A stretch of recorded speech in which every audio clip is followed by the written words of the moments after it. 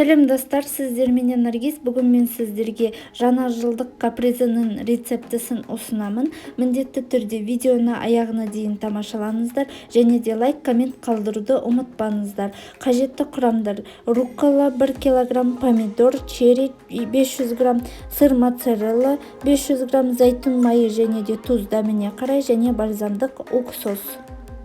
Ең алдыменен 20 см формамызға рукколамызды салып аламыз. Видеодағыдай көрсетілгендей жасап аламыз. Содан кейін черри помидорды екіге бөлдім.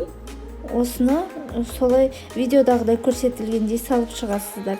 Содан кейін моцарелла сырымды екіге бөліп, тағы да солай салып алдым әрбір жеріне. Содан кейін зәйтүн майын құйдым. Және де тұзбенен сеуіп шықтым. Содан кейін бальзамдық уксуспенен әсемдеп шықтым. 1 сағатқа тоңазытқышқа қойып қоясыздар.